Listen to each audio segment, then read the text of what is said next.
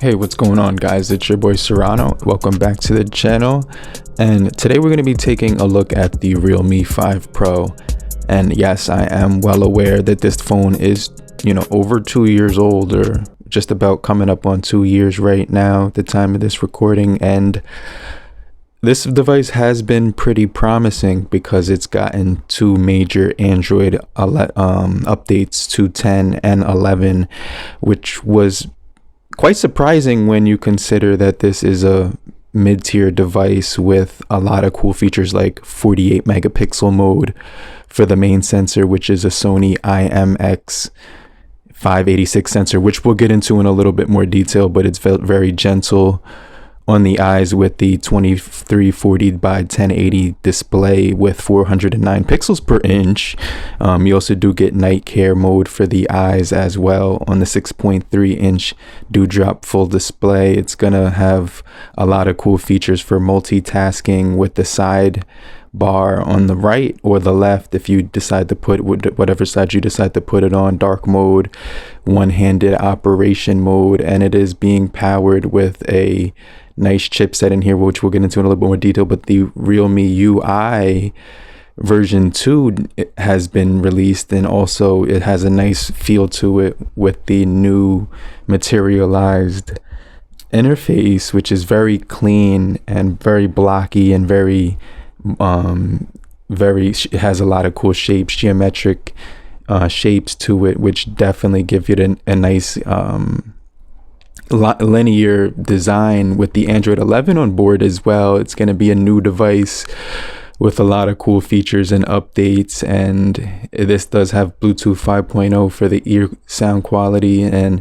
it does have a gyro sensor, a fingerprint sensor, proximity sensor for the GPS. It's got the Galileo and the Bladao sensors for GPS and everything like that, so you can use this for navigation. And what's really cool is it does have a nice Gorilla Glass 3 on the front, 3 plus, and on the back it's got this really nice glass looking material, which just looks really good in the light. I can't emphasize that enough with this device. And I have been using this on Straight Talk's AT&T network and haven't had any issues. You can use the mini window at your own leisure, or in the multitasking you can use floating window, which is another really cool feature about Realme UI. And the founder, the previous founder of Oppo, one of the starters, did come up with this company Realme about 3 years ago, and he has introduced some similar features from Oppo with the Realme UI, which is going to be really clean, and you get a lot of good detail with the photography. You get the ultra macro camera on board. You also do get really nice close-ups with the portraits, and also the wide angle camera is going to come in handy as well. So no matter what I was doing with this thing, I was enjoying the camera. There were some shadows, and that will be because of the aperture on here, but it's pretty decent for the price. You also can record in 4K video mode, which is something that I do like to do, but just keep in mind, when you record in 4K video mode, the stabilization won't be as it won't be as natural as when you're on 1080. So I just want to mention that. But as you can see, it's just a really nice overall build. And as far as the Realme UI, it did receive some really cool improvements. 4K on the Realme 5 Pro, so let me know how it's looking right now on the Realme 5 Pro in 4K quality. On the rear-facing camera, it doesn't have 4K on the front, only on the rear. So let me know how it looks. Hey, what's going on, guys? Welcome back. So this is the Realme 5 Pro, and I'm walking right now with the front-facing camera. So let me know how it looks without a gimbal, without a tripod, anything like that. This is me facing away from the sun, and this is me walking towards it. So get an idea of how it looks.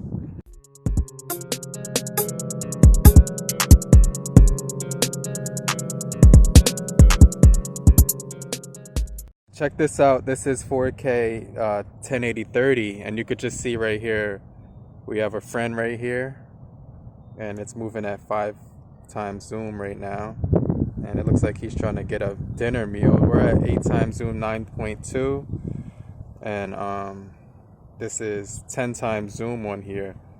So it's actually pretty cool that it's able to capture my friend. Now I'm holding it up. Let me just move it back a little bit. There we go. And that's actually really cool. I didn't expect that at all. But let me know how it looks on 1080 60 frames per second on the rear camera. Alright, so let me know how it looks on the 1080 60 frames per second. That's a really beautiful view out there. But let me know what you guys think about this quality on the 1080 60 frames.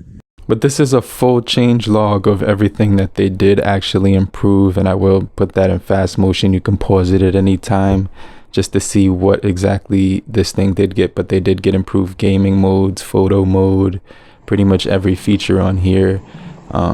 This was before it got the update in 4K footage, so you could see it was a little bit, it was pretty good, and this was before that as well. But it was always a good camera. It's just nice that Realme Ui is on here with 2.0, and it's pretty smooth. I haven't experienced like any too much glitching or anything like that. It from time to time, if you do overload the multitasking screen really quickly, it will get kind of boggled, but it's pretty smooth and runs really nice with the 4 gigabytes of RAM, powered by the the Snapdragon 712 on this guy. So I definitely like the fact that they did pack that. That's going to be a pretty decent processing chip, moving forward and everything like that. So everything that's changed on here for the most part has been pretty solid. You get the floating windows, you get the mini window, which actually works really smooth. They do also give you this Hyper Boost 2.0 for playing games. It was originally launched with this thing. Just keep in mind, it was originally launched with Color OS 6, but based on Android 9, and now it's running the Realme UI 2.0 with Android 11, which is crazy. And they have that Sony IMX 471 for the front-facing camera, and the 48 megapixel AI quad camera on the back. So it's just going to be nice with the wide angle included, macro lens as well.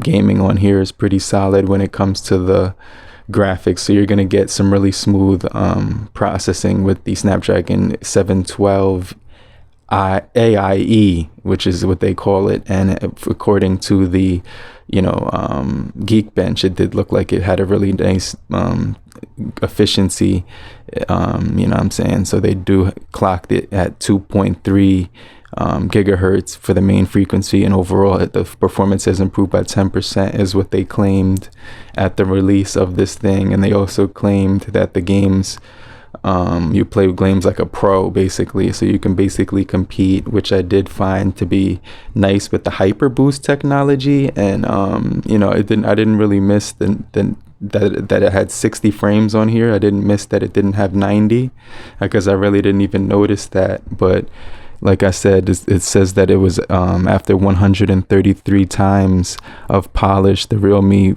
5 Pro basically has the nanometer holographic color with the cutting texture.